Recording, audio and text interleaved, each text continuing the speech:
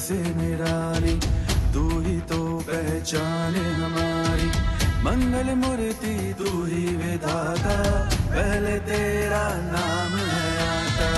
मुझको खुद में संभाले, अपना मुझको बना ले। आदि तुम ही और अंत तुम ही हो, तुझसे ही दुनिया चली है।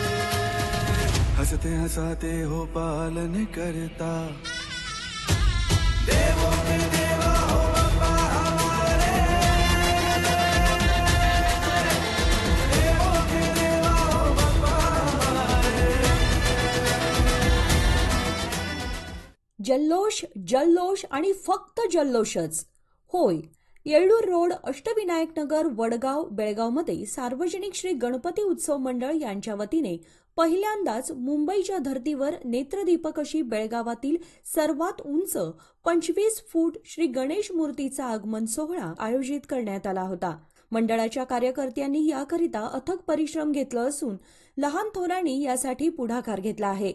ही मूर्ती बेळगावातील सुप्रसिद्ध मूर्तिकार मनोहर पाटील यांनी साकारली असून अत्यंत बारकाईने ती घडवण्यात आली आहे.